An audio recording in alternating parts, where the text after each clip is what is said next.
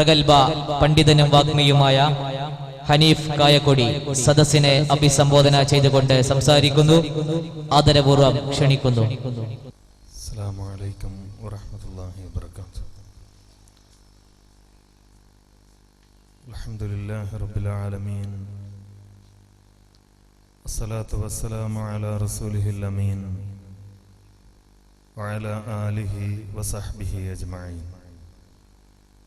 അമ്മാ ബഅദ് ഫഇന്ന ഖൈറൽ കലാമി കലാമുല്ലാഹ് وخير السنن سنن محمد صلى الله عليه وسلم وشر الأمور محدثاتها وكل محدثة بدعة وكل بدعة ضلالة.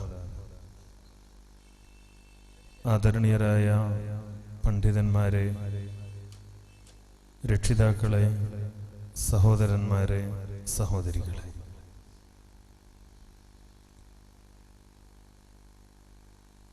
കഴിഞ്ഞ 6 പതിറ്റാണ്ട് കാലത്തോളമായി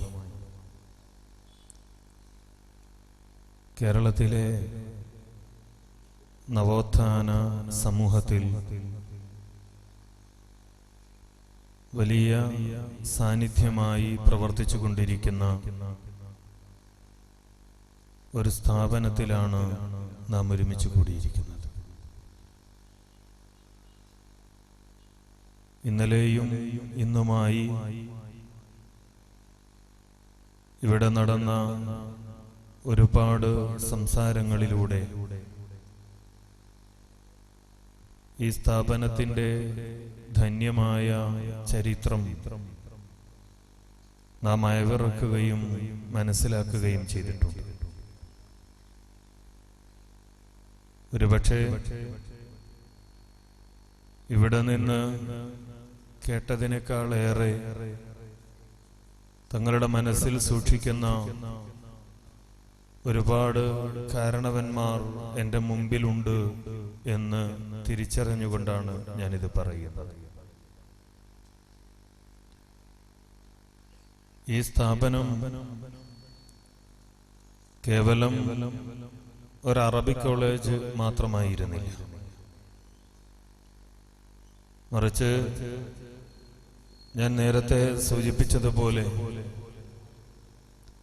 ഇസ്ലാഹി പ്രസ്ഥാനത്തിന്റെ ചരിത്രത്തിന്റെ ഭാഗമാണ് മദീനത്തുൽ ഉലൂം എന്ന് പറയുന്നത്.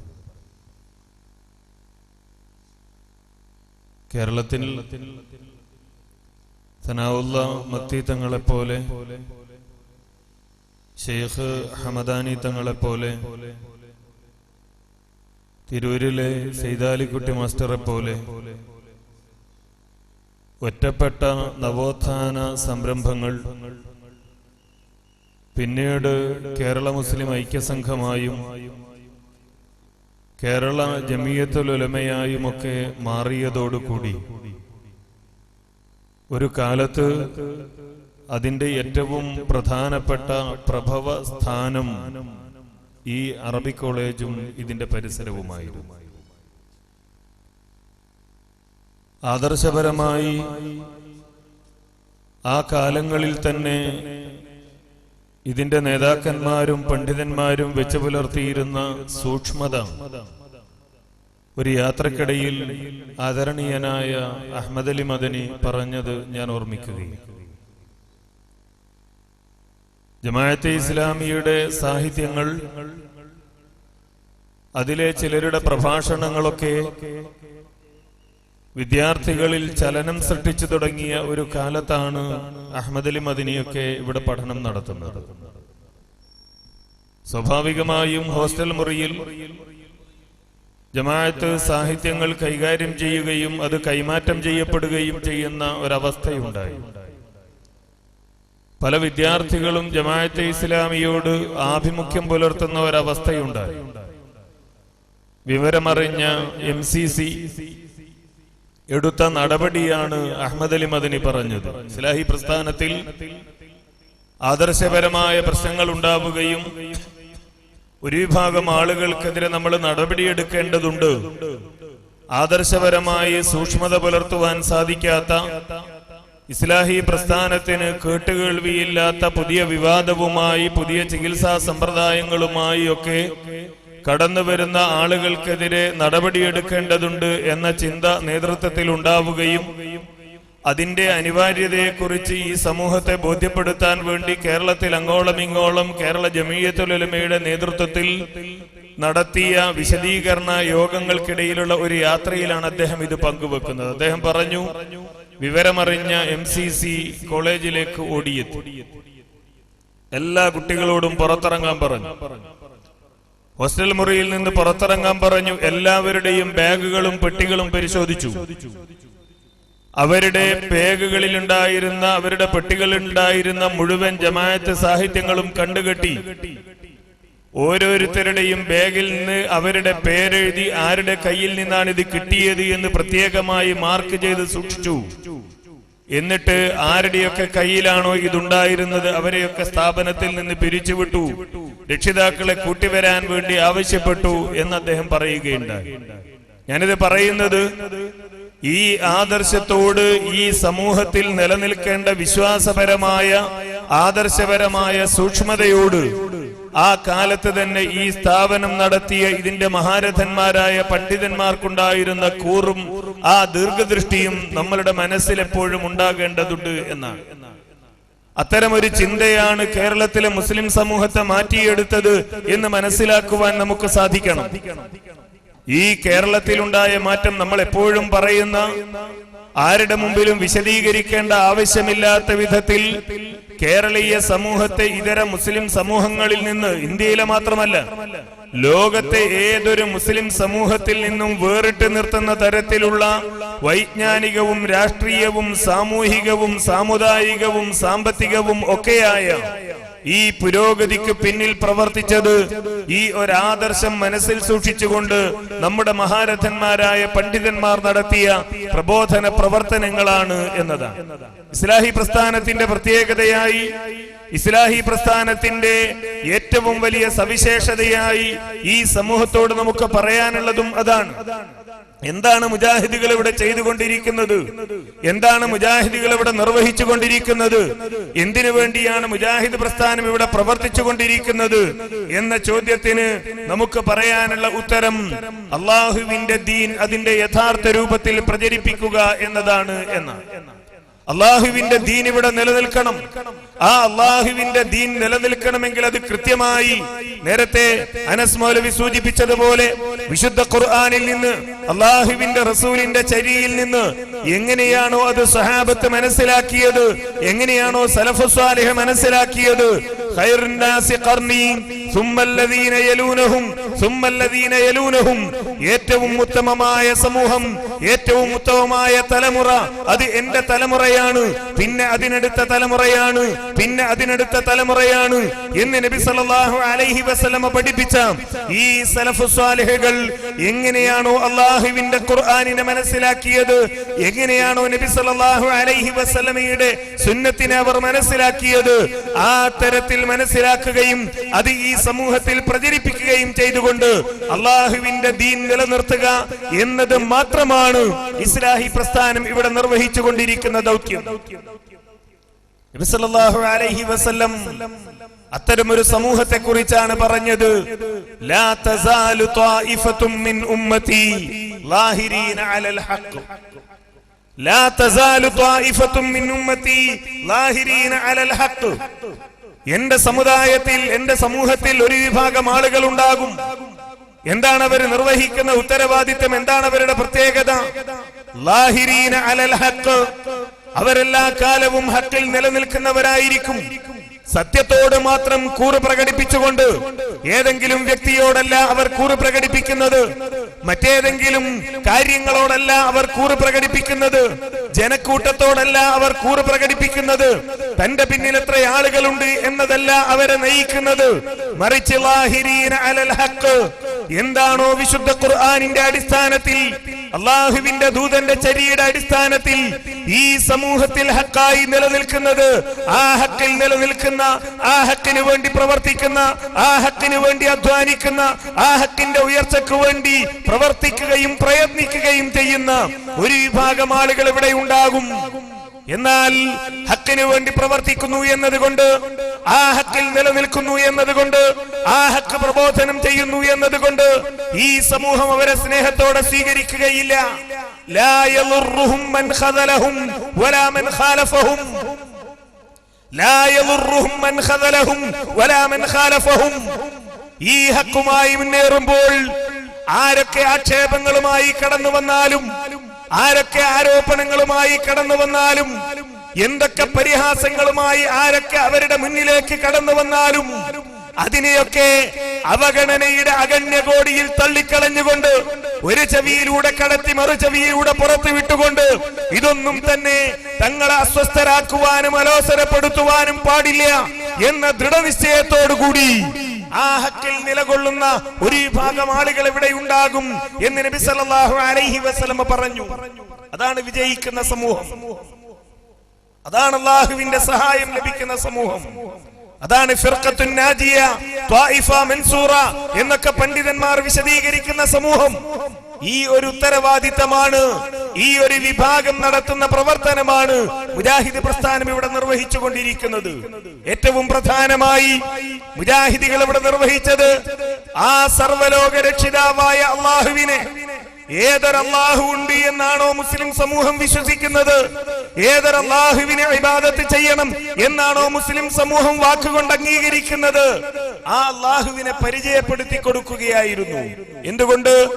അല്ലാഹുവിനെ അറിയാത്ത ഒരു സമൂഹം ഇന്നൊരു പക്ഷേ കേൾക്കുമ്പോൾ ആളുകൾക്ക് അത്ഭുതം തോന്നുന്ന തരത്തിൽ അല്ലാഹുവിനോട് പ്രാർത്ഥിക്കുക എന്നത് വലിയ ഒരു അപകടമായി വിലയിരുത്തുകയും അല്ലാഹുവിനോട് നേരിട്ട് ചോദിക്കുക എന്നത് ഒരു അപകടമായി, ഒരു പോയത്തമായി, ഒരു വിഡ്ഢിത്തമായി വിലയിരുത്തുകയും ചെയ്തിരുന്ന ഒരു കാലം കേരളത്തിൽ ഉണ്ടായിരുന്നു.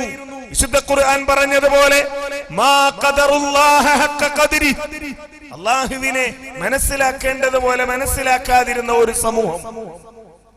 അവർക്ക് അല്ലാഹുവിനെ അറിയുമായിരുന്നില്ല, അല്ലാഹുവിന്റെ പ്രത്യേകതകൾ അവർക്ക് അറിയുമായിരുന്നില്ല, അല്ലാഹുവിന്റെ സവിശേഷതകൾ അവർക്ക് അറിയുമായിരുന്നില്ല. അല്ലാഹുവിന്റെ നാമങ്ങൾ കേവലം ചൊല്ലിപ്പറയാനുള്ള ഹദ്ദാദ് റാത്തീബുകളിൽ, മൗലിദുകളിൽ, റാത്തീബുകളിൽ ചൊല്ലിപ്പറയാനുള്ള പേരുകൾ മാത്രമാണ് റബ്ബിന്റെ നാമങ്ങൾ എന്ന് മനസ്സിലാക്കി അതിനപ്പുറത്ത് ആ നാമങ്ങളിലൂടെ അല്ലാഹുവിനെ അറിയുവാനും അതുവഴി അല്ലാഹുവിലേക്ക് അടുക്കുവാനും സാധിക്കാതെ പോയ ഒരു സമൂഹമായിരുന്നു കേരളത്തിൽ ഉണ്ടായിരുന്നത്. മാറ്റമുണ്ടായി കേരളീയ സമൂഹത്തിൽ.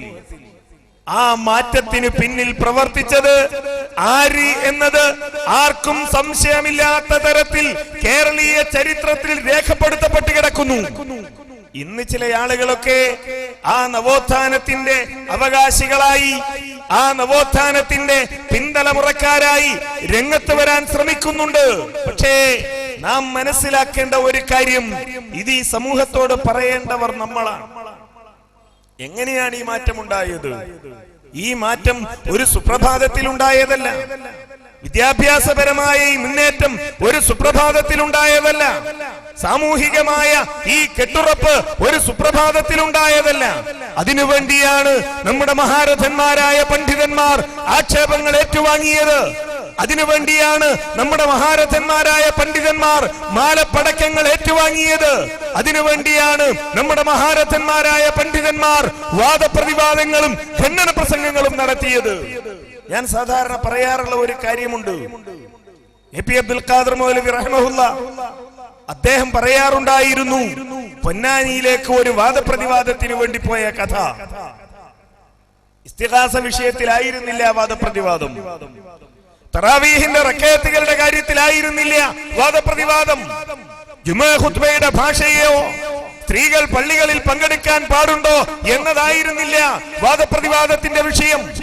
മറിച്ച് സ്ത്രീ വിദ്യാഭ്യാസം മതത്തിൽ അനുവദനീയമാണോ അല്ലേ എന്ന വിഷയത്തിൽ വാദപ്രതിവാദം നടത്താൻ വേണ്ടി പോയ പണ്ഡിതൻ മരണപ്പെട്ടിട്ട് 1 വർഷം കഴിഞ്ഞിട്ടേയുള്ളൂ എന്ന് മനസ്സിലാക്കുമ്പോഴാണ് ഇസ്ലാഹി പ്രസ്ഥാനം ഈ കേരളീയ സമൂഹത്തിൽ വരുത്തിയ പരിവർത്തനം എത്ര വലിയതാണ് എന്ന് നമുക്ക് മനസ്സിലാക്കുവാൻ സാധിക്കുന്നത്.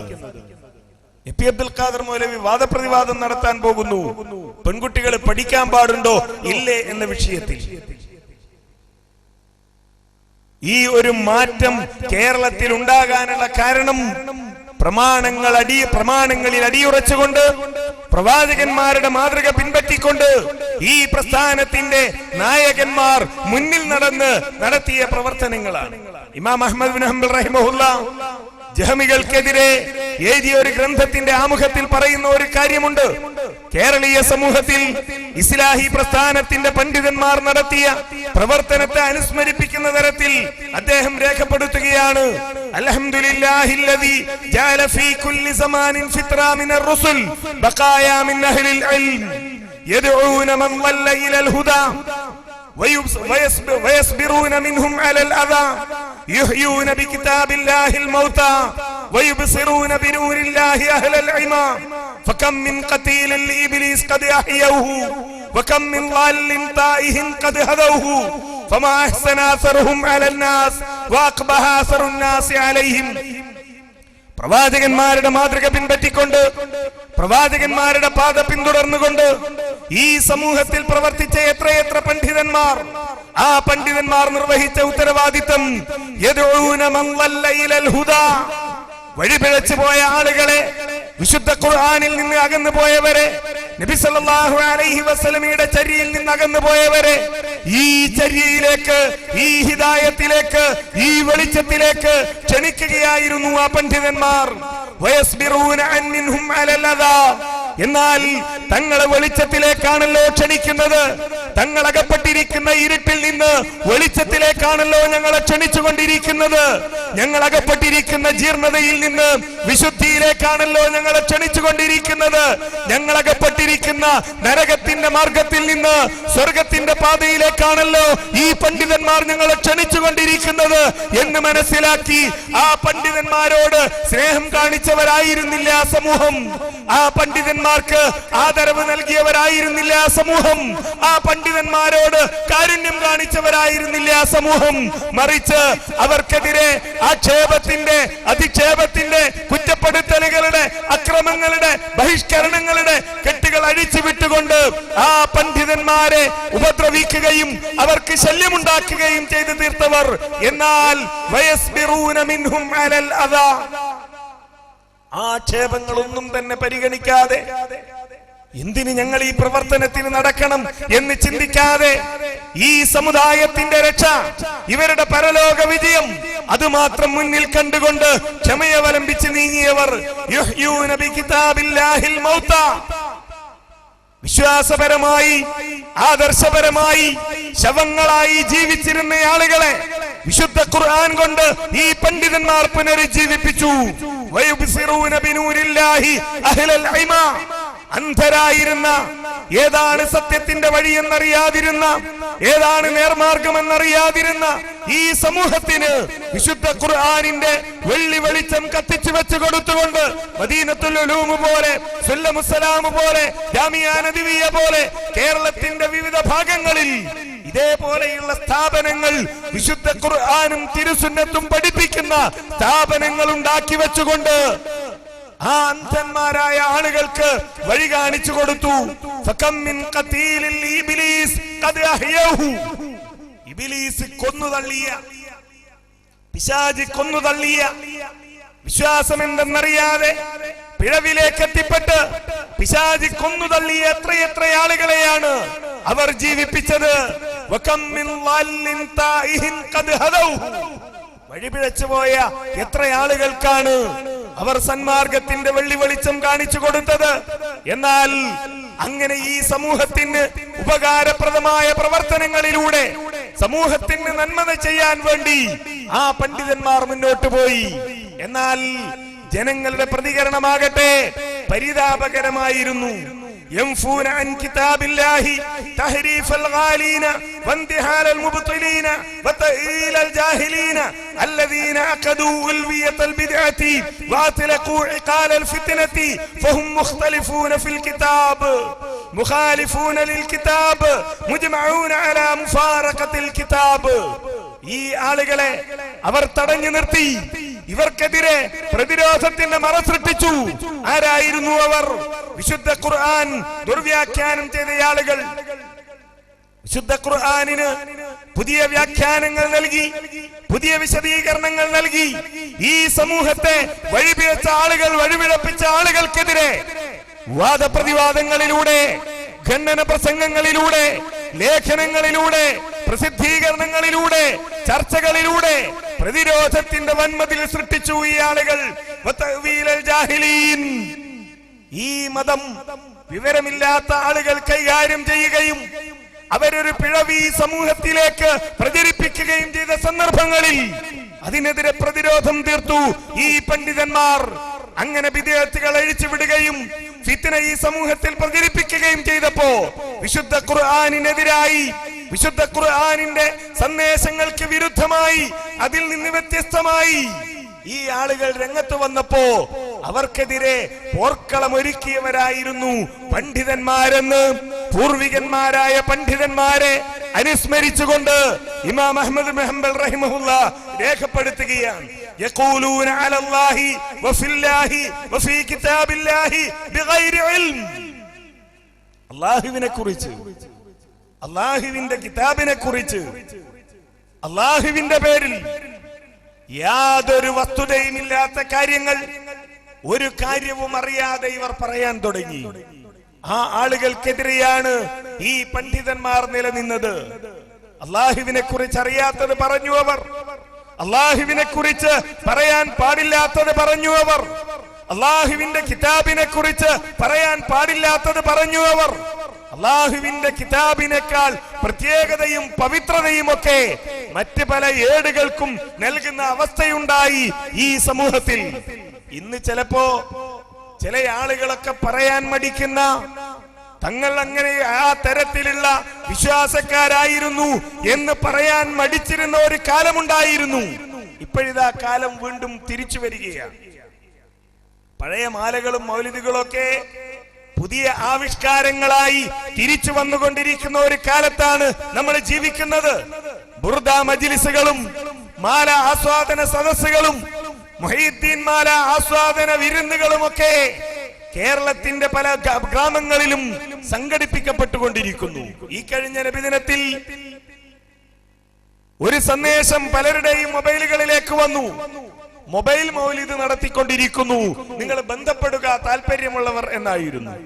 എന്താ മൊബൈൽ മൗലിദ് എന്ന് പറഞ്ഞാൽ? ഒരു ഗ്രാമത്തിൽ കുറച്ച് മുസ്ലിയാർ കുട്ടികൾ ഒരു ടീം ഉണ്ടാക്കുകയാണ്.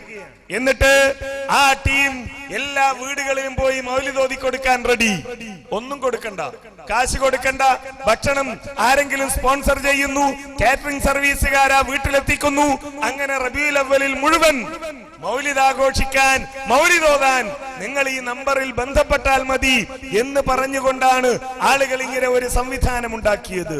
ഞാൻ പറഞ്ഞു വരുന്നത്, തിരിച്ചുപോയ ഈ സമൂഹം തെറ്റാണെന്ന് മനസ്സിലാക്കിയ അനാചാരങ്ങളെ തിരിച്ചു കൊണ്ടുവരാനുള്ള ഭഗീരഥ പ്രയത്നത്തിലാണ് പൗരോഹിത്യം നിലനിൽക്കുന്നത്. എന്തുകൊണ്ട്? അതവരുടെ ജീവൻ മരണ പ്രശ്നമാണ്. നമ്മൾ സാധാരണ കേൾക്കാറുള്ള ഒരു കഥയുണ്ടല്ലോ, ഒരു നരി ഒരു മുയലിന് പിന്നാലെ ഓടുകയാണ്. ഇതൊരു കുറുക്കൻ കണ്ടു നിൽക്കുന്നു.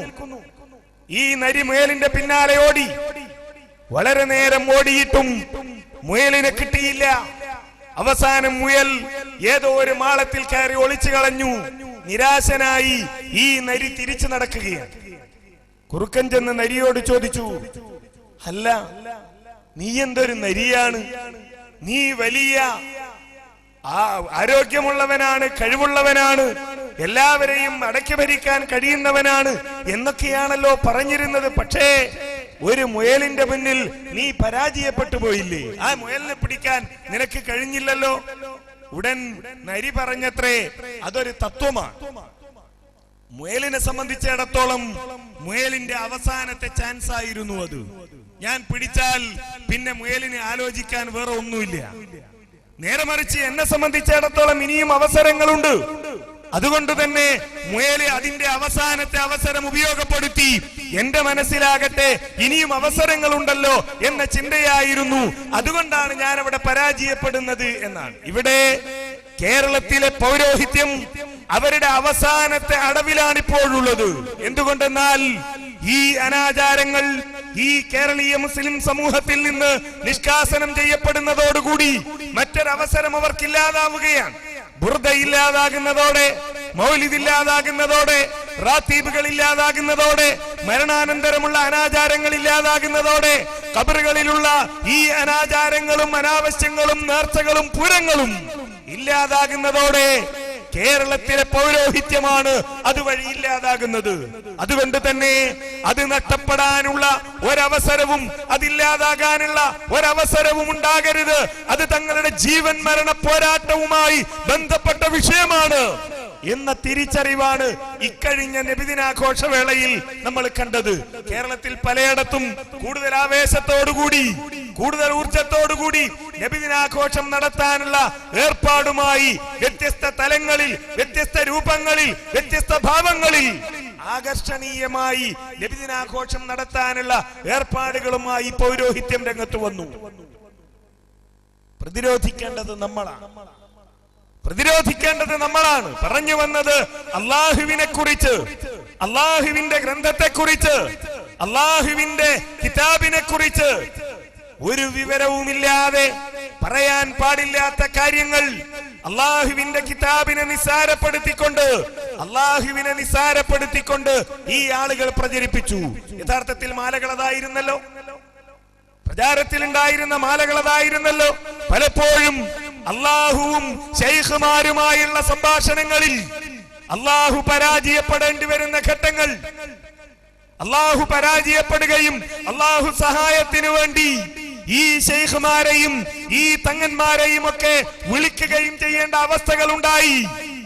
അള്ളാഹുവിന്റെ ഇൽമു മുഴുവൻ അറിയാവുന്ന ഈ ശൈഖുമാരുണ്ടായി.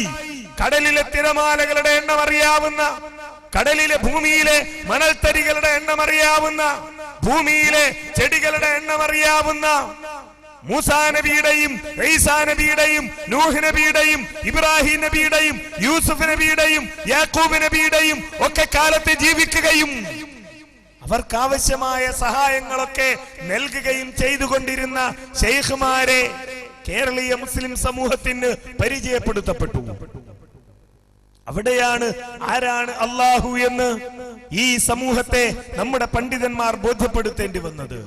അല്ലാഹു സുബ്ഹാനഹു വ തആല ഈ ശൈഖുമാരുടെ, കുതുബുകളുടെ, അബ്ദാലുകളുടെ ചൊൽപ്പടിക്ക് നിൽക്കുന്ന, അവരുടെ നിർദ്ദേശത്തിനനുസരിച്ച് പ്രവർത്തിക്കാൻ നിൽക്കുന്ന ഒരു ശക്തി മാത്രമാണ് എന്ന് വിശ്വസിച്ചിരുന്നിടത്ത് നിന്ന് അല്ല എന്ന് ഈ സമൂഹത്തെ ബോധ്യപ്പെടുത്തി കൊടുത്തത് നമ്മുടെ പണ്ഡിതന്മാരായിരുന്നു. അങ്ങനെയാണ് അള്ളാഹുവിനെ കുറിച്ച് അവർ വിശദീകരിച്ചു കൊടുത്തത്. അള്ളാഹുവിന്റെ ഗ്രന്ഥത്തെക്കാൾ മൊഴിയൊന്നും കളയാതെ പിളയാതെ ചെന്നാൽ സ്വർഗത്തിൽ മണിമാടം അല്ലാഹു സുബ്ഹാനഹു വ തആല നൽകുന്ന തരത്തിലുള്ള ഗ്രന്ഥങ്ങൾ, ഏടുകൾ ഈ സമൂഹത്തിൽ ഉണ്ടാക്കപ്പെട്ടു. അല്ലേ? വഹീദ്ദീൻമാരെ വിശുദ്ധ ഖുർആൻ സൂറത്തുൽ ഫാത്തിഹ മുതൽ സൂറത്തുൻ നാസ് വരെ അക്ഷരത്തെറ്റില്ലാതെ ഓതിക്കേൾപ്പിച്ചാൽ സ്വർഗത്തിലെത്തുമെന്ന് അല്ലാഹു സുബ്ഹാനഹു വ തആല പറഞ്ഞിട്ടില്ല. എന്നാൽ അതിനപ്പുറത്ത് മുഹീദ്ദീൻമാരെ അങ്ങനെ അക്ഷരത്തെറ്റില്ലാതെ ചൊല്ലിയാൽ നാളെ പരലോകത്ത് സ്വർഗം ലഭിക്കും എന്ന് പറയുന്ന ഒരു വിശ്വാസം ഈ സമൂഹത്തിൽ പ്രചരിപ്പിക്കപ്പെട്ടു. ആ വിശ്വാസത്തിന്റെ അടിസ്ഥാനത്തിലാണ് അല്ലാഹു അല്ലാത്തവരോടുള്ള പ്രാർത്ഥന ഈ സമൂഹത്തിലേക്ക് കടന്നു വന്നത്. എങ്കിൽ പിന്നെ എന്തിന് ഖുർആൻ? ആ ഖുർആൻ പഠിക്കേണ്ടതില്ല. ഖുർആൻ പഠിക്കാത്തതിന്റെ ദുരന്തം, ഖുർആൻ മനസ്സിലാക്കാത്തതിന്റെ ദുരന്തം, ഖുർആനിലെ ആയത്തുകളുടെ അർത്ഥം എന്ത് എന്നറിയാത്തതിന്റെ ദുരന്തം, ആ ദുരന്തമായിരുന്നു കേരളീയ മുസ്ലിം സമൂഹത്തിലെ വിശ്വാസ ജീർണത എന്ന് പറയുന്നത്. അതുകൊണ്ടാണ് നമ്മൾ ഖുർആൻ ക്ലാസുകൾ സംഘടിപ്പിച്ചത്, ഖുർആൻ പഠിക്കാനുള്ള അവസരങ്ങൾ ഉണ്ടാക്കിയത്, ഖുർആനിലെ ആയത്തുകൾ വിശദീകരിച്ചു കൊടുക്കുന്ന പഠനവേദികൾ കേരളത്തിൽ അങ്ങോളം ഇങ്ങോളം സ്ഥാപിച്ചത്. ഇന്ന് കേരളീയ മുസ്ലിം സമൂഹത്തിൽ അത്തരമൊരു ചർച്ചക്ക് പോലും പ്രസക്തിയില്ലാത്ത വിധം എല്ലാവരും ഖുർആൻ പഠിക്കുന്നു, എല്ലാവരും ഖുർആൻ പഠിപ്പിക്കുന്നു. ആർക്കും അതിലൊരു തർക്കവുമില്ല. പക്ഷേ പഠിപ്പിക്കുന്നതൊക്കെ പിഴച്ച വാദങ്ങളാണെന്ന് മാത്രം, ക്ഷണിക്കുന്നതൊക്കെ ദുർവ്യാഖ്യാനം ചെയ്യുന്ന ആയത്തുകളിലേക്കാണെന്ന് മാത്രം. അവിടെയാണ് നേരത്തെ അനസ് മൗലവി പറഞ്ഞ വിഷയവുമായി ബന്ധപ്പെടുന്ന കാര്യം. വിശുദ്ധ ഖുർആനിലെ ആയത്തോതുന്നു മരിച്ചുപോയ മഹാന്മാരോട് തേടാനുള്ള തെളിവായി. വിശുദ്ധ ഖുർആനിലെ ആയത്ത് ഉദ്ധരിക്കുന്നു, ഉണ്ടി എന്ന് വിചാരിക്കപ്പെടുന്ന ജിന്നിനെ വിളിച്ചു തേടിയാൽ, പുഴയിൽ വീണ് ഒഴുകിപ്പോകുന്നവൻ അവിടെ ഒരു ജിന്നുണ്ട് എന്ന് വിചാരിച്ച് ആ ജിന്നിനോട് തേടിയാൽ, രാത്രിയുടെ ഇരുളിൽ തപ്പിത്തടഞ്ഞ് നടക്കുന്നവൻ അവിടെ ഒരു ജിന്നുണ്ട് എന്ന് വിചാരിച്ച് ജിന്നിനോട് തേടിയാൽ, മനുഷ്യനെ സംബന്ധിച്ചിടത്തോളം അദൃശ്യവും അഭൗതികവുമായ ജിന്നിനോട് മനുഷ്യൻ നടത്തുന്ന സഹായാർത്ഥനകളിൽ വസീലത്തു ശിർക്കായതുണ്ട് എന്ന് പറയാൻ വിശുദ്ധ ഖുർആനിലെ ആയത്തുകൾ ദുർവ്യാഖ്യാനം ചെയ്യപ്പെടുന്നു. നബിദിനാഘോഷത്തിന് തെളിവായി വിശുദ്ധ ഖുർആനിലെ ആയത്തുകൾ ദുർവ്യാഖ്യാനം ചെയ്യപ്പെടുന്നു. ഖുർആൻ മാത്രമേ സ്വീകരിക്കേണ്ടതുള്ളൂ എന്ന വാദത്തിന് വിശുദ്ധ ഖുർആനിലെ ആയത്തുകൾ ദുർവ്യാഖ്യാനം ചെയ്യപ്പെടുന്നു. ഇവിടെയാണ് എങ്ങനെയാണ് ഈ ഖുർആനിനെ നാം മനസ്സിലാക്കേണ്ടത്. സലഫുസ് സാലിഹുകൾ മനസ്സിലാക്കിയതുപോലെ ഈ ഖുർആനിനെ മനസ്സിലാക്കുകയും അംഗീകരിക്കുകയും ചെയ്യേണ്ടതുണ്ട് എന്ന് നമ്മൾ പറയുന്ന സലഫി മനഹജു സലഫ് എന്ന് ഇസ്ലാഹി പ്രസ്ഥാനവും പൂർവിക പണ്ഡിതന്മാരും വിശേഷിപ്പിച്ച ആ രീതിശാസ്ത്രത്തിന്റെ പ്രസക്തി അവിടെയാണ് നിലനിൽക്കുന്നത് എന്ന് നമ്മൾ മനസ്സിലാക്കുക. ആ ദുർവ്യാഖ്യാന പ്രവണത അവസാനിപ്പിക്കണം കേരളീയ സമൂഹത്തിൽ. എന്താണ് സത്യമെന്ന്, എന്താണ് വിഷയമെന്ന് ആളുകളോട് പറയാനും പഠിപ്പിക്കാനും നമുക്ക് സാധിക്കേണ്ടതുണ്ട്. ഞാൻ പറഞ്ഞല്ലോ, തെറ്റായ വിശ്വാസങ്ങളും ജീർണതകളും എപ്പോഴൊക്കെ ഈ സമൂഹത്തിലേക്ക് കടന്നു വന്നുവോ അപ്പോഴൊക്കെ അതിനെതിരെ പ്രതിരോധത്തിന്റെ വൻമതിൽ തീർക്കുന്നതിൽ സുപ്രധാനമായ പങ്ക് വഹിച്ച ഒരു സ്ഥാപനത്തിൽ നിന്നുകൊണ്ടാണ് ഞാനിത് സംസാരിക്കുന്നത് എന്ന ബോധത്തോടു കൂടി തന്നെയാണ് ഞാൻ ഈ വാക്കുകൾ പറയുന്നത്.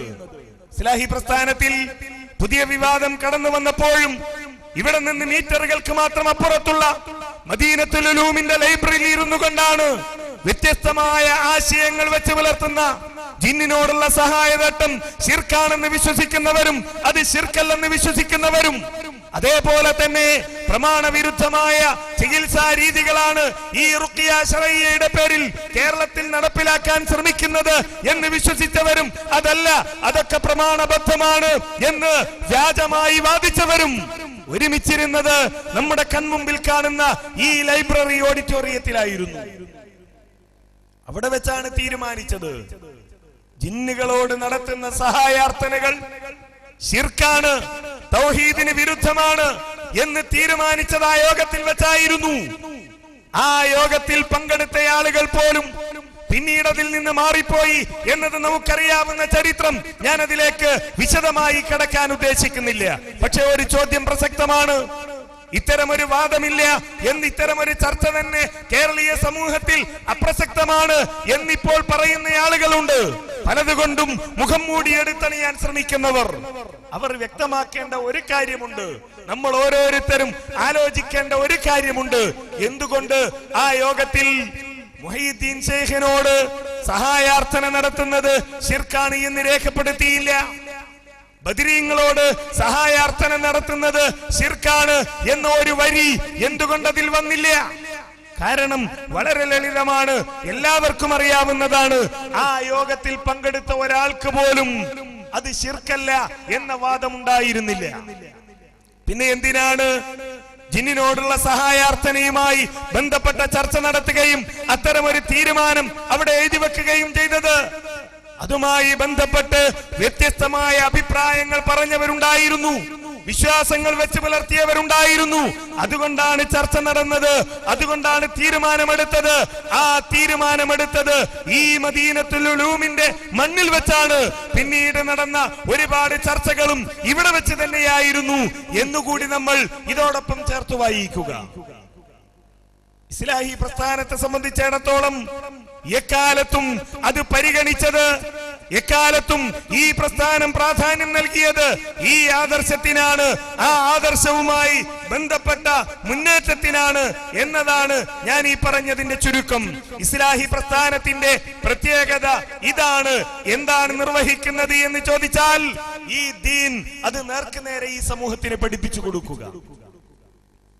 അതിനുവേണ്ടിയാണ് അഹ്ലുൽ ഹദീസിന്റെ അഹ്ലുസുന്ന വൽ ജമാഅയുടെ പ്രത്യേകതകൾ വിശദീകരിക്കുന്നിടത്ത് പണ്ഡിതന്മാർ പറയുന്നത് കാണാൻ കഴിയും.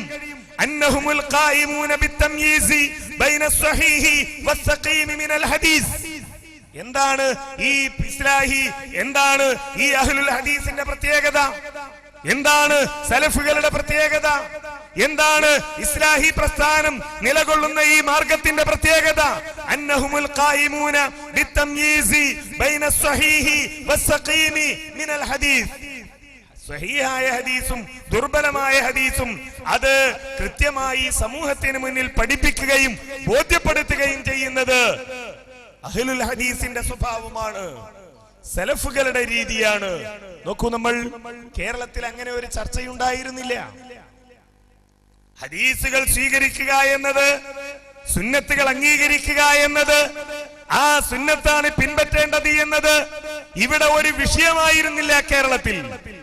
ഒരുപക്ഷേ പുളിക്കൽ ജീവിക്കുന്ന, അതല്ലെങ്കിൽ ഇസ്ലാഹി പ്രസ്ഥാനത്തിന്റെ പ്രവർത്തകന്മാരുള്ള പ്രദേശങ്ങളിൽ ജീവിക്കുന്ന സുന്നി സഹോദരങ്ങളോട് എന്താണ് സുന്നത്തി എന്ന് ചോദിച്ചാൽ പ്രവാചകന്റെ ചര്യയാണ് എന്നവർ മറുപടി പറഞ്ഞേക്കാം.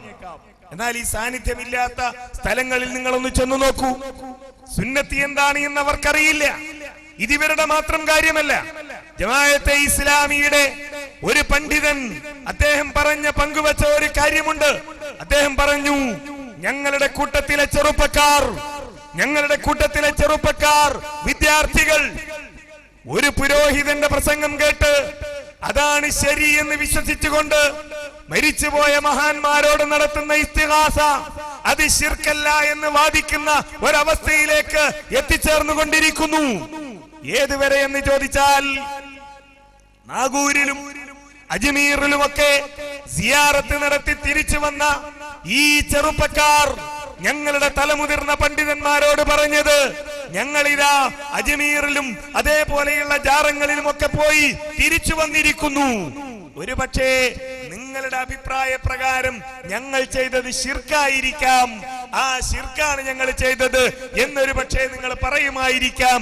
പക്ഷേ ഞങ്ങളതല്ല ചെയ്തത് എന്നായിരുന്നു ഈ വിദ്യാർത്ഥികളുടെ, ഈ ചെറുപ്പക്കാരുടെ അഭിപ്രായം. പുളിക്കൽ ജീവിക്കുന്ന, എടവണ്ണയിൽ ജീവിക്കുന്ന ഇസ്ലാഹി പ്രസ്ഥാനത്തിന്റെ ഒരു മണമെങ്കിലും ലഭിച്ച ജമാഅത്തെ ഇസ്ലാമിക്കാരൻ ഈ ജാറത്തിലേക്ക് പോവില്ല, അത്തരം നേർച്ച സ്ഥലങ്ങളിലേക്ക് പോകില്ല. മരിച്ചുപോയ മഹാന്മാരോട് തേടുന്ന ഒരവസ്ഥ അവന്റെ ജീവിതത്തിൽ ഉണ്ടാവില്ല. എന്നാൽ ഈ സന്ദേശം കേൾക്കാൻ കഴിഞ്ഞിട്ടില്ലാത്ത, ഇസ്ലാഹി പ്രസ്ഥാനത്തിന്റെ തണലിൽ ജീവിക്കാൻ കഴിഞ്ഞിട്ടില്ലാത്ത, ഇസ്ലാഹി പ്രസ്ഥാനത്തിന്റെ സൗരഭ്യം ആസ്വദിക്കാൻ കഴിഞ്ഞിട്ടില്ലാത്ത ഉൽപ്പതിഷ്ണുക്കൾ എന്ന് അഭിമാനിക്കുന്ന ജമാഅത്തെ ഇസ്ലാമിയുടെ പ്രവർത്തകന്മാർ പോലും ഈ പച്ചയായ ശിർക്കിനെ ശിർക്കല്ലെന്ന് കാണുന്ന ഒരവസ്ഥയിലേക്കാണ് നീങ്ങിക്കൊണ്ടിരിക്കുന്നത്. അവിടെയാണ് ഈ സ്വഹീഹായ ഹദീസുകളെയും ദുർബലമായ ഹദീസുകളെയും ഈ സമൂഹത്തിന് മുന്നിൽ വേർതിരിച്ച് പഠിപ്പിച്ചുകൊണ്ട് അങ്ങനെയൊന്നുണ്ട് എന്ന ബോധം ഈ സമൂഹത്തിൽ ഉണ്ടാക്കിയത്. പണ്ഡിതന്മാരുടെ ഗ്രന്ഥങ്ങളിൽ നിന്ന് എന്തെങ്കിലും കാര്യങ്ങൾ ഉദ്ധരിച്ചാൽ മാത്രം പോരാ, മറിച്ച് അത് കൃത്യമായ പരമ്പരയോടുകൂടി രേഖപ്പെടുത്തപ്പെട്ടതായിരിക്കണം എന്ന് ഈ സമൂഹത്തിന് മുന്നിൽ മുജാഹിദുകൾ പഠിപ്പിച്ചു. ഇമാം മുസ്ലിം തന്റെ സ്വഹീഹിൽ രേഖപ്പെടുത്തിയതുപോലെ, അതിന്റെ മുഖദ്ദിമയിൽ രേഖപ്പെടുത്തിയതുപോലെ അബ്ദുല്ലാഹി ബിൻ മുബാറക് റളിയല്ലാഹു അൻഹു പറഞ്ഞ കാര്യം, അദ്ദേഹം പറയുന്നു, അൽ-ഇസ്നാദു മിനദ്ദീനി വലൗല അൽ-ഇസ്നാദു ലഖാല മൻ ശാഅ മാ ശാ. ദീനിൽപ്പെട്ടതാകുന്നു സനദ് എന്ന് പറയുന്നത്.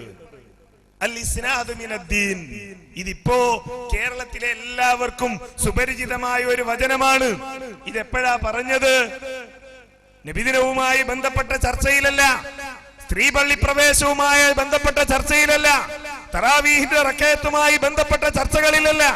അത്തരം ചർച്ചകളിലൊക്കെ ദുർബലമായ ഹദീസുകൾ ഉദ്ധരിക്കുകയും അത് ദുർബലമാണ് എന്ന് ഈ സമൂഹത്തെ മുജാഹിദ് പ്രസ്ഥാനത്തിന്റെ പണ്ഡിതന്മാരും പ്രവർത്തകന്മാരും പ്രബോധകന്മാരും ബോധ്യപ്പെടുത്തുകയും ചെയ്തപ്പോ അതിനെയൊക്കെ പരിഹസിച്ച ആളുകൾ തങ്ങളുടെ സ്ഥാപനത്തിൽ ഒരു മുടി കൊണ്ടുവന്ന് വെച്ച് ആ മുടിയിട്ട വെള്ളം ആളുകൾക്ക് കൊടുക്കാൻ തുടങ്ങിയപ്പോ അവരുടെ കൂട്ടത്തിൽ തന്നെ പെട്ട ആളുകൾ ഇതെന്തൊരു മുടിയാണ് എന്ന് ചോദിച്ചപ്പോഴാണ് ഈ മുടിക്കൊരു പരമ്പരയുണ്ട്, ഈ മുടിക്കൊരു സനതുണ്ട്, അതുകൊണ്ട് തന്നെ ഇത് റസൂലിന്റെ മുടിയാണ് എന്ന് തെളിയിക്കാൻ വേണ്ടി വ്യാജ സനതുമായി രംഗത്ത് വന്നപ്പോഴാണ് ഇപ്പൊ കേരളത്തിൽ അൽ-ഇസ്നാദു മിനദ്ദീൻ എന്ന വചനം സുപ്രസിദ്ധമായി ചില ആളുകളൊക്കെ പറയാൻ തുടങ്ങിയത്. കേരളത്തിൽ ഈയടുത്തുണ്ടായ രസകരമായ 2 കാര്യങ്ങൾ എന്ന് പറഞ്ഞാൽ, ഒരു വർഷം മുമ്പ് കേരളത്തിൽ കത്തിനിന്ന 2 വിവാദങ്ങൾ. ഒന്ന്, മുസ്ലിം സമൂഹത്തിനിടയിൽ കത്തിനിന്ന 2 വിവാദങ്ങൾ. ഒന്ന് ജിന്നിനോടുള്ള സഹായാർത്ഥനയുമായി ബന്ധപ്പെട്ടതായിരുന്നു, മറ്റൊന്ന് മുടിയുമായി ബന്ധപ്പെട്ടതായിരുന്നു.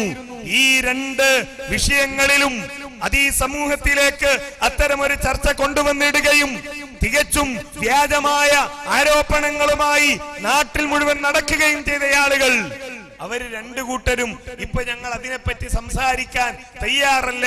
മറ്റെന്ത് വിഷയങ്ങൾ വേണമെങ്കിലും നമുക്ക് സംസാരിക്കാം, മറ്റേത് വിഷയങ്ങളിൽ വേണമെങ്കിലും വാദപ്രതിവാദങ്ങൾ നടത്താം, മറ്റാരുമായി വേണമെങ്കിലും വാദപ്രതിവാദം നടത്താം എന്ന് പറയുന്നിടത്തേക്ക് എത്തിച്ചേർന്നു എന്നതാണ്. അഥവാ പറയുന്നത് തെറ്റാണ് എന്ന തിരിച്ചറിവ്, പറയുന്നത് അബദ്ധമാണ് എന്ന തിരിച്ചറിവ് ആളുകൾക്കുണ്ടായിക്കൊണ്ടിരിക്കുന്നു.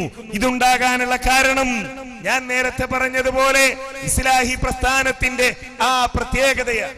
സഹീഹായ ഹദീസുകൾ, ദുർബലമായ ഹദീസുകൾ ഏതെന്ന് വിശദീകരിച്ചുകൊണ്ട് വളരെ കൃത്യമായി നമ്മൾ നടത്തിയ പ്രബോധന പ്രവർത്തനങ്ങൾ, ആ പ്രബോധന പ്രവർത്തനങ്ങളുടെ അടിസ്ഥാനത്തിലാണ് ഈ ഒരു മാറ്റം ഇവിടെ ഉണ്ടായത്.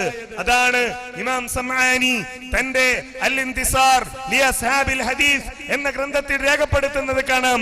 വശിആറു അഹ്ലി സുന്ന ഇത്തിബാഉഹും അസ്സലഫ് അസ്സാലിഹ് വതർകുഹും കുല്ലമാ ഹുവ മുബ്തദിഉൻ മുഹദസുൻ വഖദ് റവൈനാ അൻ സലഫിഹിം അന്നഹും നഹൂ അൻ ഹാദാ النوعي من العلم وهو علم الكلام وزجروا عنه وعدوا ذلك ذريعة للبدع والأهواء. സലഫു സാലിഹുകളെ പിൻപറ്റുക, സ്വന്തമായ വ്യാഖ്യാനങ്ങളല്ല, സ്വന്തമായ വിശദീകരണങ്ങളല്ല, സ്വന്തമായ ന്യായവാദങ്ങളല്ല, മറിച്ച് ഈ പൂർവികരായ സലഫു സാലിഹുകൾ, അല്ലാഹുവിന്റെ റസൂലിന്റെ സഹാബത്ത്, അതിനുശേഷം വന്ന താബിഈകൾ, അതിനുശേഷം അവരെ പിന്തുടർന്നു വന്നവർ, അവരേത് മാർഗത്തിലൂടെ മുന്നോട്ട് പോയോ ആ മാർഗത്തിലൂടെ മുന്നോട്ട് പോകാൻ സാധിക്കുക എന്നതാണ് ഏറ്റവും പ്രധാനപ്പെട്ട നമ്മളുടെ ദൗത്യം എന്ന് നമ്മൾ തിരിച്ചറിയുക. അതാണ് നമ്മളുടെ സവിശേഷത. അതുണ്ടാകുമ്പോഴാണ് നമുക്ക് വിജയമുണ്ടാകുന്നത്, അവിടെയാണ് നമുക്ക് മുന്നോട്ട് നീങ്ങാൻ കഴിയുന്നത്. മൂന്നാമതൊരു കാര്യം എനിക്ക് ശ്രദ്ധയിൽപ്പെടുത്താനുള്ളത്, ഈ പ്രസ്ഥാനത്തിന്റെ പ്രവർത്തകന്മാർ തമ്മിലുള്ള സ്നേഹബന്ധമാണ്, സാഹോദര്യമാണ്. നമ്മളുടെ ഇടയിൽ മനസ്സുകളിൽ വിള്ളലുണ്ടാക്കുവാൻ വേണ്ടി, നമ്മളുടെ മനസ്സിൽ ശത്രുതയുണ്ടാക്കുവാൻ വേണ്ടി പിശാച് കഠിനമായി പരിശ്രമിക്കുന്ന ഒരു കാലത്താണ് നാം ജീവിക്കുന്നത്. ബഹുമാന്യനായ എ.പി. അബ്ദുൽ ഖാദർ മൗലവിയെ തന്നെ ഉദ്ധരിക്കാൻ ഞാൻ ആഗ്രഹിക്കുന്നു. ജിന്ന് വിവാദം വന്നതിന് ശേഷമുണ്ടായ ഒരു ചർച്ചയിൽ ആരോ മൗലവിയോട് ചോദിച്ചു, എന്താണ് മൗലവി നമുക്ക് മാത്രം ഈ പരീക്ഷണം? എന്തുകൊണ്ടാണ് നമ്മളുടെ ഇടയിൽ ഈ പ്രശ്നങ്ങൾ? സ്വതസിദ്ധമായ ചിരിയോടുകൂടി മൗലവി പറഞ്ഞു, വേറെ ആരെയാ അള്ളാഹു ഇവിടെ പരീക്ഷിക്കേണ്ടത്? വേറെ ആരെയാണ് അള്ളാഹു ഇവിടെ പരീക്ഷിക്കേണ്ടത്? ഖബറിന് മുന്നിൽ പോയി സുജൂദ് ചെയ്യുന്നവനെ ഇനി റബ്ബ് പരീക്ഷിക്കണോ? ലാ ഇലാഹ ഇല്ലല്ലാഹ് അത് വലിയൊരു കാര്യമൊന്നുമല്ല, അത് വലുതായി നമ്മൾ ഇങ്ങനെ പ്രൊജക്ട് ചെയ്യേണ്ട ഒരു വിഷയമൊന്നുമല്ല എന്ന് വിശ്വസിക്കുന്നവരെ ഇനി അള്ളാഹു പരീക്ഷിക്കണോ? വിദേഹത്തുകൾ ചെയ്യുന്നത് ഒരു വിഷയമല്ല എന്ന് വിചാരിക്കുന്നവരെ അള്ളാഹു പരീക്ഷിക്കണോ? പരീക്ഷണം നമുക്കാണ്. നമ്മളാണ് തൗഹീദ് അംഗീകരിക്കുന്നവർ, നമ്മളാണ് സുന്നത്ത് അംഗീകരിക്കുന്നവർ, നമ്മളാണ് ശിർക്കിനെതിരെ പോരാടുന്നവർ, നമ്മളാണ് ബിദ്അത്തിനെതിരെ അംഗം കുറിച്ചവർ. തീർച്ചയായും പരീക്ഷണങ്ങൾ ഉണ്ടാകുന്നത്, പിശാച് വഴിപിഴപ്പിക്കാൻ ശ്രമിക്കുന്നത് നമ്മെ മാത്രമായിരിക്കും എന്ന് നമ്മൾ മനസ്സിലാക്കുക. ആ വിഷയത്തിൽ ഏറ്റവും പ്രധാനപ്പെട്ട ഒരു കാര്യമാണ് നമ്മളുടെ മനസ്സുകളിൽ ഭിന്നിപ്പുണ്ടാക്കുക എന്നത്, നമ്മളുടെ ഇടയിൽ ശത്രുതയുണ്ടാക്കുക എന്നത്.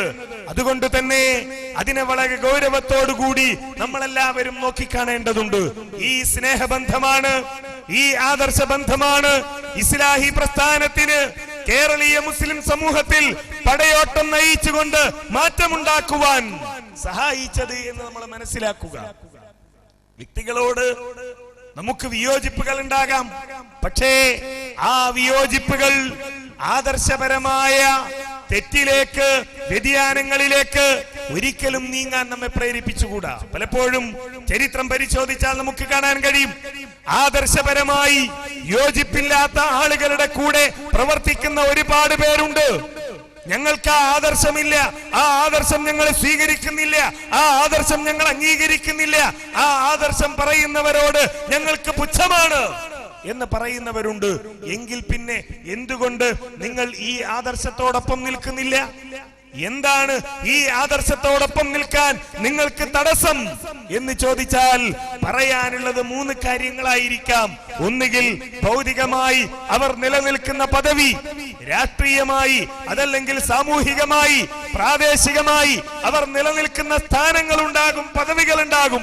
മഹല്ല് കമ്മിറ്റി സെക്രട്ടറി മുതൽ മഹല്ല് കമ്മിറ്റി പ്രസിഡന്റ് മുതൽ മേലോട്ട് ഏതെങ്കിലും രാഷ്ട്രീയ പാർട്ടികളുടെ പദവികൾ, സ്ഥാനങ്ങൾ മുതൽ MLA-യോ മന്ത്രിയോ അതേപോലെയുള്ള പദവികളൊക്കെ. അതുകൊണ്ട് ഈ ആദർശ പ്രസ്ഥാനത്തോടൊപ്പം നിന്നാൽ, ഈ ആദർശം സമൂഹത്തിന് മുന്നിൽ എഴുന്നേറ്റ് നിന്ന് പറഞ്ഞാൽ അത്തരം പദവികൾ നഷ്ടപ്പെട്ടു പോകുമോ എന്ന ഭയം ഒന്ന്. രണ്ടാമത്തേത് ഏതെങ്കിലും വ്യക്തികളോടുള്ള അന്ധമായ സ്നേഹം. നിങ്ങൾ പറയുന്നു ആ ആദർശം തെറ്റാണെന്ന്, നിങ്ങൾ പറയുന്നു ആ വിശ്വാസം ശരിയല്ല എന്ന്, നിങ്ങൾ പറയുന്നു അത്തരമൊരു വിശ്വാസം എന്റെ മനസ്സിൽ ഒരിക്കലും ഉണ്ടായിട്ടില്ലെന്ന്. പിന്നെ എന്തിന് നിങ്ങൾ ആ ആദർശത്തിന് ആ ആദർശത്തോടൊപ്പം നിൽക്കുകയും അതിനെതിരായ ആദർശത്തിന്റെ വക്താക്കളെ പരിഹസിക്കുകയും പുച്ഛിക്കുകയും എതിർക്കുകയും ചെയ്യുന്നു എന്ന ചോദ്യത്തിന് പറയാനുള്ള മറുപടി സംഗതി ശരിയാണ്, പക്ഷെ അദ്ദേഹം ഈ ആദർശത്തിന്റെ കൂടെയാണ്.